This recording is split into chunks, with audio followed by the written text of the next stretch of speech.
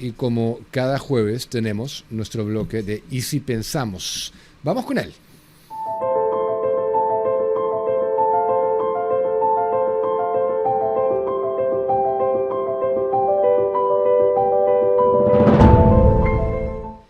Bien, y si pensamos, está con nosotros Jean-Pierre Toyet, bienvenido.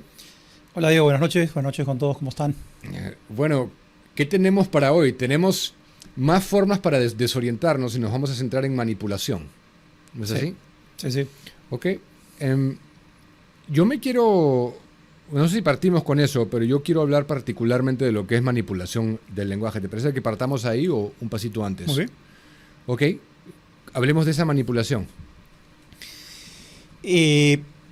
Manipular es influir en alguien para que la otra persona haga lo que yo quiero sin que se dé cuenta.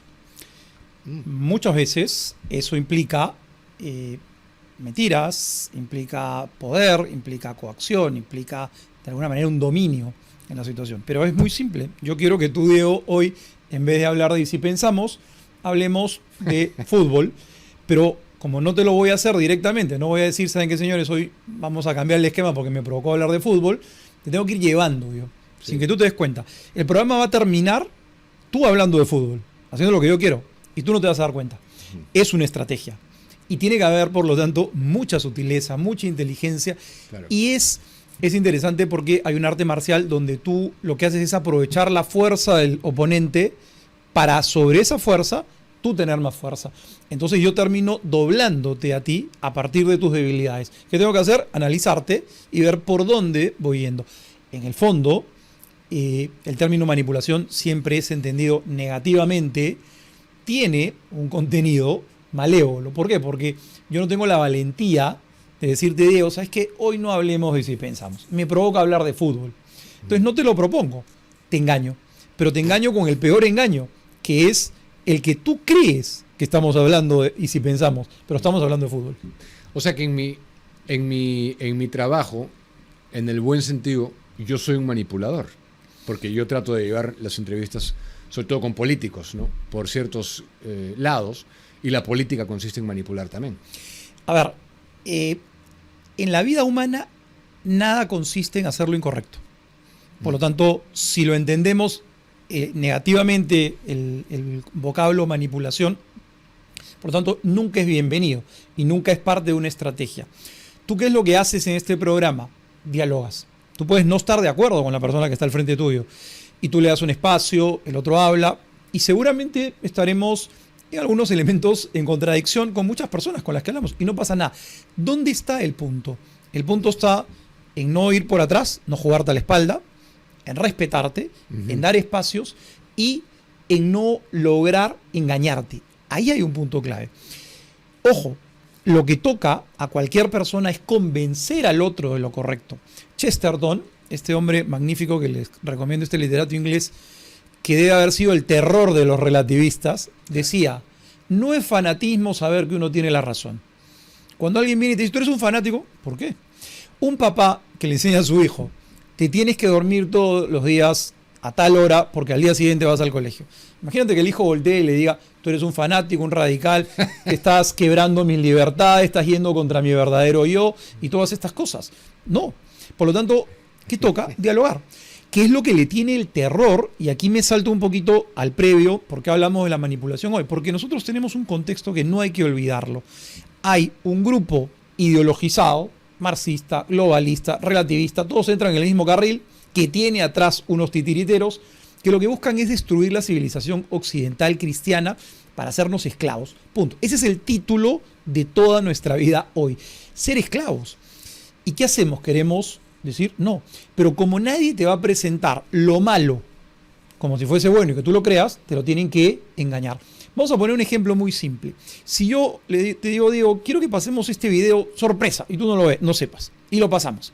Y es un video de cómo se quema con una solución salínica, que es una inyección que se le pone a una madre, a la criatura. Se le quema. La quemas como la quemas en un incinerador. Si eso yo lo pongo aquí, alguien me diría que eso en su sano juicio, salvo que es una persona enferma, que es un derecho humano, No creo que haya alguien que lo diga.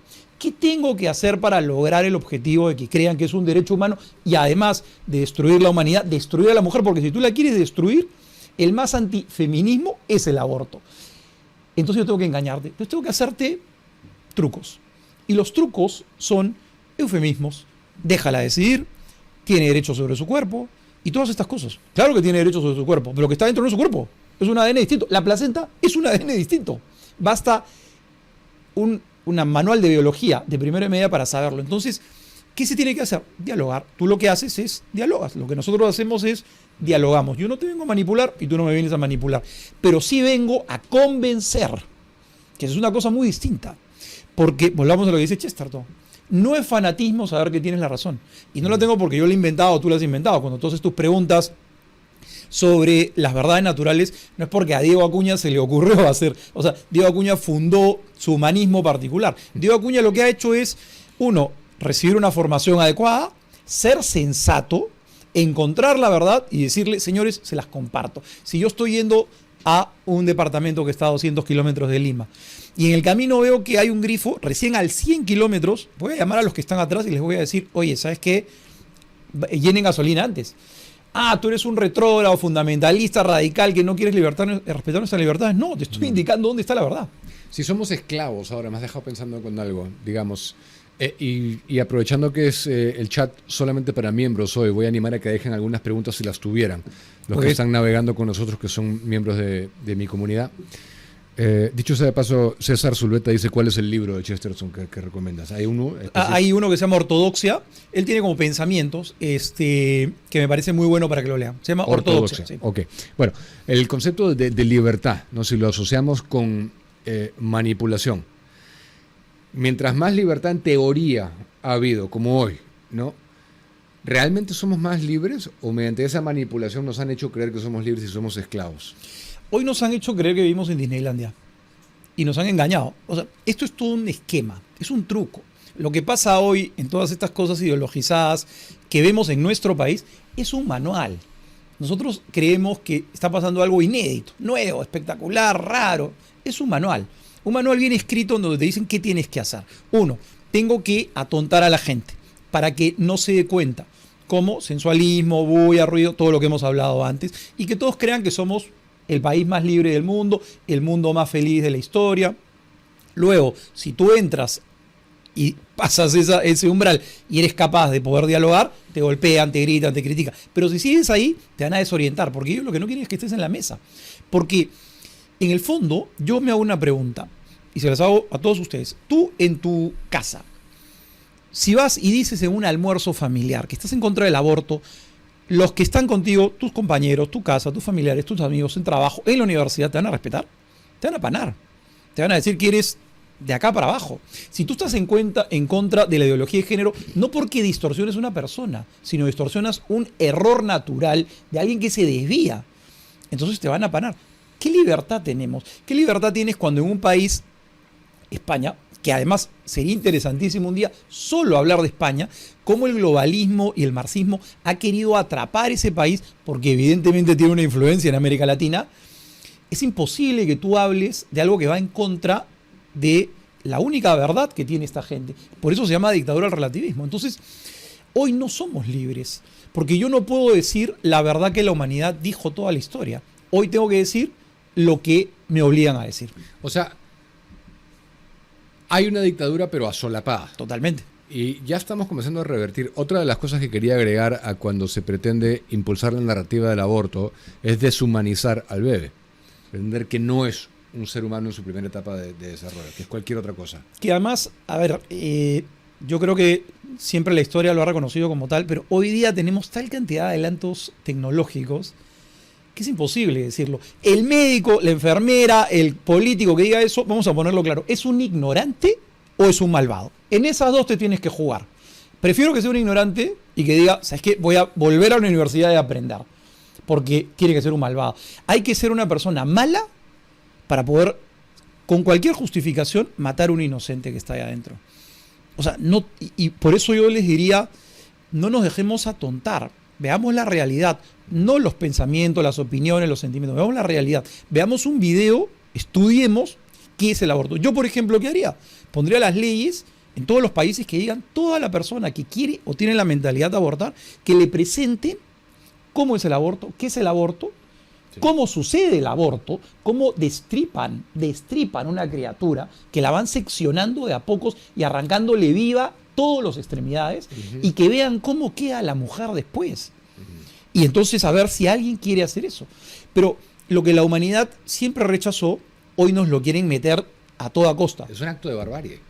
Totalmente. Tanto así que las culturas barbáricas, que a nosotros, por ejemplo, vemos algunas cuando dicen los pueblos originarios. Hay pueblos originarios, que además, ¿cuál es el pueblo originario? Porque antes del pueblo de 1500 había uno de 1200, había uno de 1000, y en fin.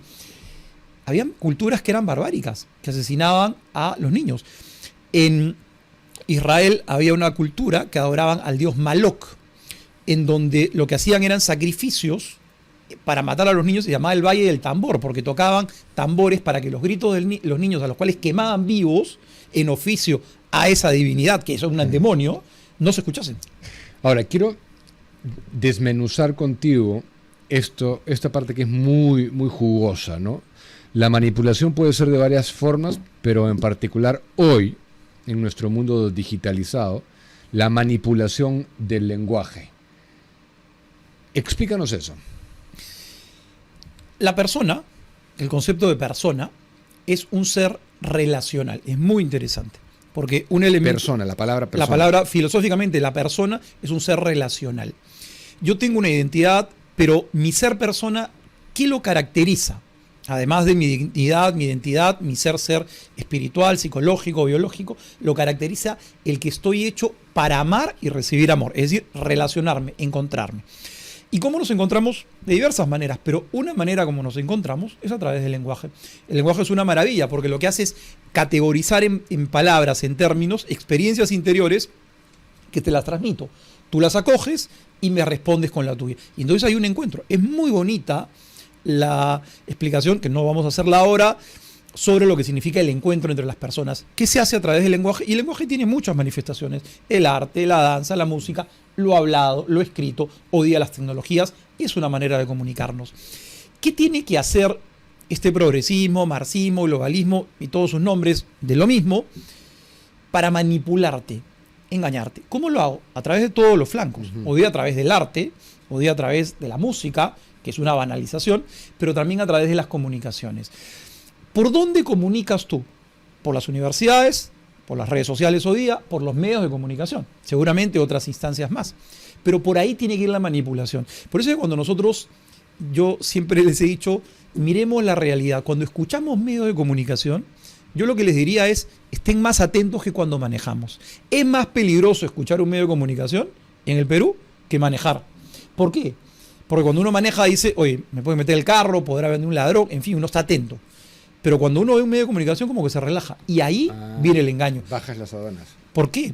Porque decimos, voy a escuchar, debe ser verdad. Pero hoy día han sido tomados. Gramsci tenía razón. Gramsci dice, vamos a donde van a distribuir el agua. ¿Cómo voy a envenenar a esta ciudad? ¿Le voy a tirar agua a todos? ¿Le voy a inyectar veneno? No. Iban en las guerras anteriores y agarraban los pozos de agua. Los pozos de agua los agarrabas, los envenenabas y ya está. Y es increíble cómo puede haber surtido efectos, ¿no? Al punto de que en Occidente, ahora me imagino que estás al tanto de que es muy probable que sea electo por voto popular en Nueva York, la ciudad símbolo del capitalismo y del libre mercado, un comunista. Sí. Un comunista. Y si eso puede ocurrir, la verdad que cualquier cosa puede ocurrir. Entonces, ¿cuál sería un ejemplo muy relacionable de esta manipulación? ¿Salud sexual reproductiva? Sí, o sea, son términos... lo que pasa es que a veces hay tantas cosas que hablar que nos quedamos en el tintero, ¿no? Son términos que se han inventado. El género es un término que se ha inventado. Género se ha inventado. Lo inventa, además, John Money. Un día podríamos hablar de John Money y el fracaso horrible que hace con un par de criaturas. El término de educación sexual es un término manipulado porque es un caballo de Troya. No te estoy enseñando a que cuides tu sexualidad. Te estoy enseñando a prematuramente tener sexualidad desordenadamente. ¿Con qué fines? Porque si yo lo que quiero es que mi clínica tenga abortos, ¿qué hago? Que los jóvenes tengan relaciones y que haya abortos. Entonces tú dices, ¿dónde corto yo el asunto de los nacimientos no queridos, entre comillas? en cuidar la sexualidad de los chicos. Pero hoy día tú tienes una población, una cultura que hace lo contrario y que tiene mucho que ver con la manipulación. Entonces, hoy, ¿qué encontramos en el lenguaje de manipulación? Había un francés que en el 2002 se llamaba Timsit, Sylvain me parece, que erradamente, no sé por qué, la prensa dijo que era otro señor el autor de esto, hizo una lista de elementos de manipulación del lenguaje, que son muy interesantes, que son datos como para seguir. Yo te los quiero leer muy rapidito, claro que sí. Para que los tengamos en claro. ¿Qué decía este señor? Que tampoco tiene que ser un gurú, pero me parece muy interesante lo que dice. ¿Qué puede pasar cuando nos manipulan en el lenguaje los medios de comunicación? La distracción, es decir, que nos desvíen la atención. 2, originar un problema que resulta que el que lo ha originado es el único capaz de sacarnos. 3, la gradualidad, es decir, que vayan de a pocos en que aceptemos lo que no es aceptable y tengan una agenda al final. Hoy te dicen, oye, pobrecita esta persona, pero en el fondo lo que quieren es la eutanasia. En Canadá, el año que ha pasado, por eutanasia han muerto cerca de 900.000 personas. Hoy día tú puedes, según un autor, yo no lo he confirmado, pero es una persona bastante credibilidad, dice que si tú te consideras pobre, puedes reclamar la eutanasia. Entonces, o sea, quitarle la esperanza es peligroso siempre a la gente, ¿no? Totalmente. Y a eso iría. Sí, sí. Puedes apuntar, así que si las cosas no están bien, te mato. Claro. O sea, en el fondo es tan subjetivo. ¿Cuál es la profesión del médico? Salvarte vidas. Salvar vidas. No es matar, no es decir, señor, la eutanasia, señora, aborte. Esa no es la profesión del médico. Él no ha hecho una profesión para eso, pero se ha manipulado ello. ¿Qué más dice Timsit?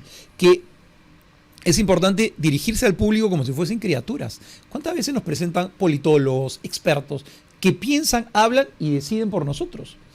Es muy interesante cuando nos han venido diciendo esto de las marchas. Y aquí hay un tema numérico. En el Perú somos 33 millones de habitantes, más o menos, según las últimas estadísticas. A estas marchas, más o menos, en Lima, seguramente habrán en otros lugares, habrán ido, ¿cuántos? 5.000 personas. Ponte 10.000. Ponle 10. Sí. Estás hablando del 0.01% de la población. Primera cuestión, no es un tema representativo. Hablamos la semana pasada de la generación Z, que estamos hablando de 18 y 28 años, que más o menos equivale al 20%, 23% de la población. Solo el 23%. De esa generación, a las marchas, habíamos sacado un cálculo, más o menos eran 3.000, 4.000 personas que iban. Es decir, no va ni el 1% de la generación Z de esas marchas. Por ende, el fastidio que seguramente todos los ciudadanos tenemos de lo que se vive, la inseguridad, la insatisfacción, el sentir que hay tantas injusticias, pobreza, cosas, delincuencia y cosas que quisiéramos que cambie, el altísimo porcentaje del Perú no cree que el camino para cambiar es ese. Entonces, que un grupo reducido tenga sus razones de ir, perfecto, ellos pueden hacerlo. Pero no pueden agarrar y decirnos a todos, esto es una representación nacional, porque no lo es. Estamos hablando de cuestiones meramente numéricas. Y entonces, ¿nosotros qué necesitamos? Tener cuidado con que el lenguaje se nos manipule y nos lleven, por ejemplo, como criaturas a decir, sí, esto me representa. ¿A ustedes los representan que quemen el Congreso, que pinten la ciudad, que le peguen a los policías? A mí no me representa. No, por supuesto que no. Otra de las cosas que quería no dejar de hacer es el lenguaje inclusivo. El lenguaje inclusivo es una distorsión y es una manera de manipular. Y la cultura en el contexto del aborto también, ¿no? Obsesionada con el placer hedonista, ¿no? Es una donde te promueven eso, ¿no? Lo importante es tú, cómo te sientes, tu emoción, que estés gratificado, todo esto.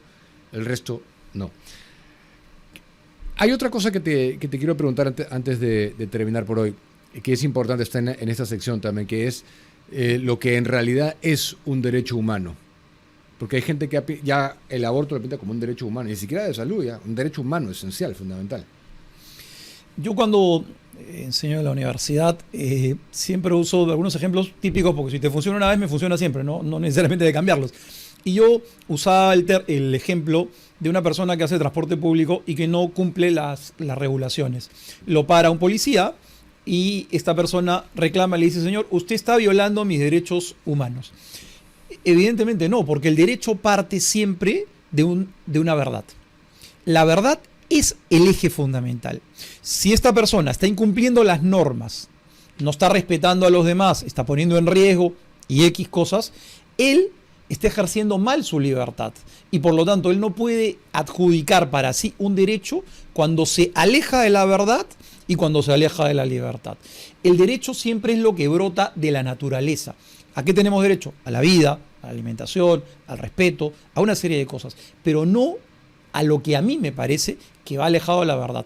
Entonces, es muy interesante, el aborto es clarísimo, lo que pasa es que no pensamos. Ese es el punto, y no cuestionamos. Nos dejamos llevar por Disneylandia. Basta decir, aquí hay una vida.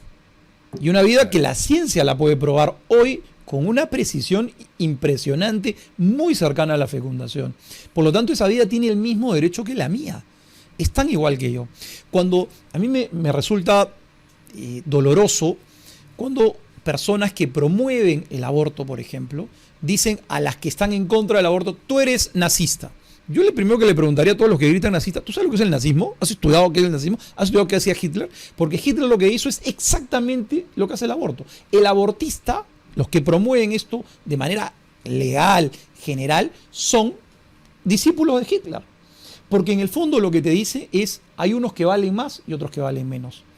La eutanasia, el aborto, el asesinar a la gente, es eso. Y si hablamos de argumentos para refutar a los progres que les puedan servir a la gente, ¿cómo rebates el enfoque utilitarista que le da, a los retrógrados o a ustedes o a los nazis o a los de la derecha o a los conservadores les importa sencillamente en el vientre, porque no les importa la vida pobre que vayan a tener, que van a ser pobres, ahí así se olvidan del tema? ¿Cómo rebates ese enfoque utilitarista? A ver, yo creo que ningún ser humano está en función a la utilidad, a cuánto rinde, porque además es un esquema totalmente marxista, materialista. El marxismo es materialista. Es si tú rindes eres bueno, si no rindes eres malo. Y por lo tanto reducen la dignidad de la persona. ¿El derecho de qué parte? Parte de una dignidad que es innata, que no acaba nunca y que es permanente y estable y que la persona la tiene, haga lo que haga. Una persona que ha cometido delitos gravísimos y que está penando en la cárcel por estos delitos, sigue teniendo la misma dignidad. Y si lo hablamos en términos espirituales, sigue siendo hijo de Dios y Dios lo ama y le busca la reconciliación.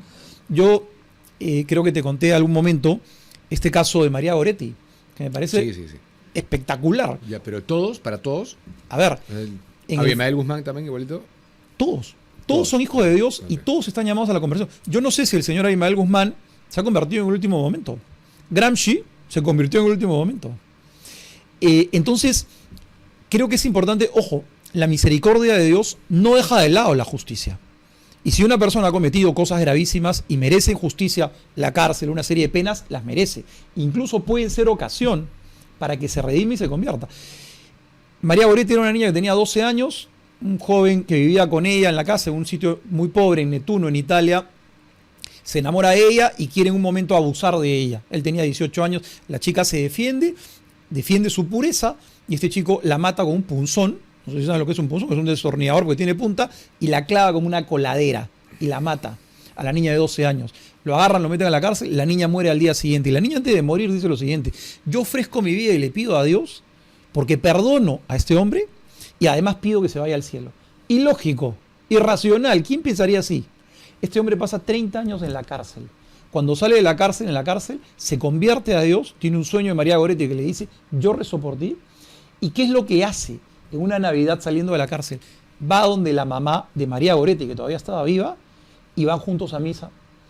Eso no es humano. Eso no es el planteamiento humano. No, pues.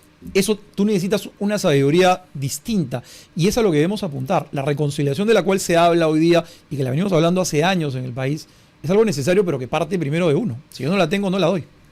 Quiero terminar pidiéndote que expliques. La vez pasada me dijiste que la libertad no se podía ejercer divorciada de la verdad. La verdad. Para los incrédulos, ¿por qué no? Hay valores supremos y valores relativos. La verdad es un valor supremo que me precede, no la invento yo, y al cual yo me tengo que acomodar. Lo que decía Boecio, la adecuación de la mente y de la vida a la realidad. Mi libertad es la capacidad que yo tengo de ejercer mis decisiones. Pero no todas mis decisiones son correctas. ¿Por qué? Porque yo no soy la verdad, yo no soy la medida. La medida está fuera de mí. ¿Qué hace la libertad? Se acomoda a esa verdad, la entiende, porque tiene una logicidad, aprende a vivir acorde a ella y se ordena con eso.